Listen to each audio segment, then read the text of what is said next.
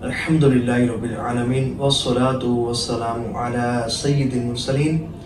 آج میں آپ کو 4 ایسے اذکار بتا رہا ہوں کہ جو پڑھنے میں تو بہت زیادہ آسان ہے لیکن فضیلت میں بہت زیادہ ہیں اور ثواب میں بہت زیادہ ہیں، اور جو وہ شخص چاہتا ہو کہ وہ اپنا نامہ اعمال نیکیوں سے وزنی کر لے تو اسے چاہیے کہ ان 4 اذکار کو ضرور ورد میں رکھے۔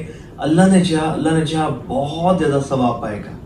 سب سے پہلا ذکر ہے لا الہ الا اللہ وحدہ لا شریک لہ لہ الملک ولہ الحمد وہو علی کل شیء قدیر۔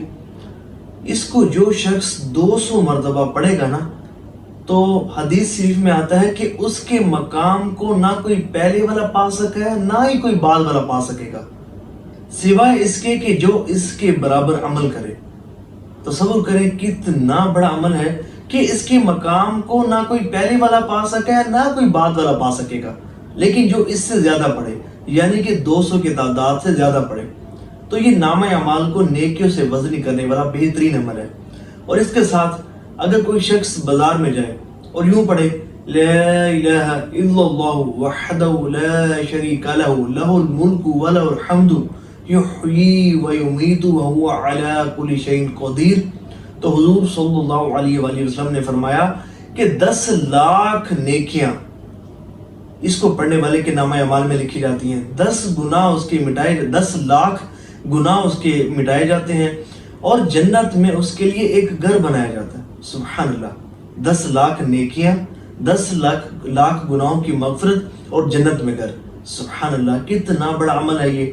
تو بازار جب بھی جائے نا تو ان کلمات کو ضرور پڑھا کریں، بلکہ صحابہ کرام علیہم رضوان جب بازار جاتے ہیں نا، بالخصوص بازار جاتے ہیں ان کلمات کو پڑھنے کے لیے، ان کلمات کی برکتیں حاصل کرنے کے لیے، اپنے نامہ اعمال کو وزنی کرنے کے لیے۔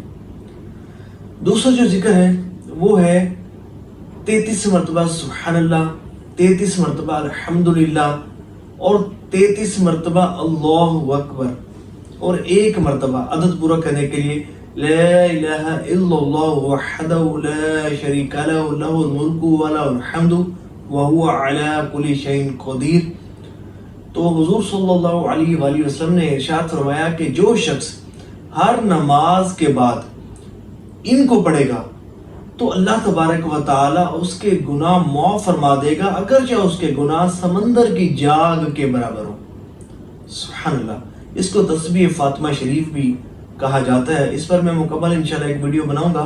یہ بہت ہی امپورٹنٹ وظیفہ ہے، یہ وہ مبارک وظیفہ ہے جو حضور صلی اللہ علیہ وآلہ وسلم نے اپنی پیاری صاحبزادی، پیاری شہزادی سیدہ کائنات کو دیا تھا۔ بڑا ہی امپورٹنٹ وظیفہ ہے، اور اس کو آپ کریں گے اس کی بڑی برکتیں آپ کو ملیں گی۔ اس پر میں ایک کلپ بھی انشاءاللہ بناؤں گا۔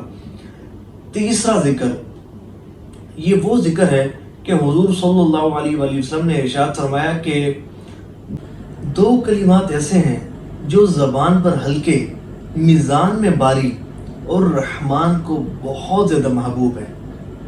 وہ ہیں سبحان اللہ و بحمدہ سبحان اللہ العظیم۔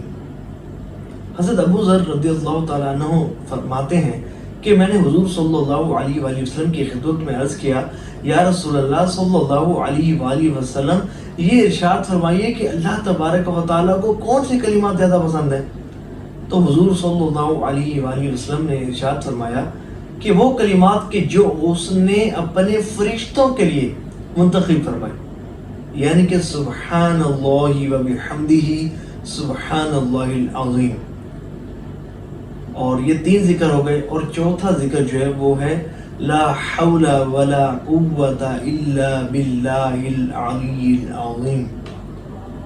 یہ سمجھے کہ اتنا بڑا کلام ہے، اتنا بڑا کلام ہے، اتنا بڑا کلام ہے کہ آپ اس کا تصور نہیں کر سکتے۔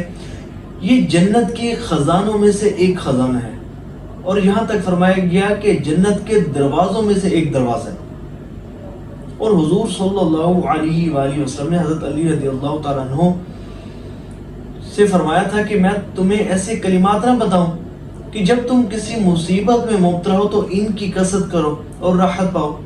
تو انہوں نے عرض کیا، یا رسول اللہ صلی اللہ علیہ وآلہ وسلم، میں نے ساری اچھی باتیں آپ سے ہی سیکھی ہیں، بالکل بتائیں۔ تو حضور صلی اللہ علیہ وآلہ وسلم نے ارشاد فرمایا کہ جب تم کسی مصیبت میں گرفتار ہو تو بسم اللہ الرحمن الرحیم ولا حول ولا قوت الا باللہ العلی العظیم، اس کو پڑھ لیا کرو۔ اللہ نے چاہا تو اللہ جو چاہے گا تمہاری وہ اس مصیبت کو دور فرما دے گا۔ سبحان اللہ، یہ بہت بڑا کلام ہے۔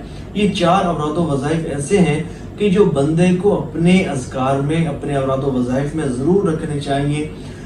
بھلے 10 مرتبہ پڑھیں لیکن پڑھیں روزانہ، اور خصوصاً جو پہلا میں نے آپ کو ذکر بتایا 200 مرتبہ والا، تو اس کو اگر 10 مرتبہ پڑھیں گے تو 10 غلام آزاد کرنے کا ثواب بھی ہے۔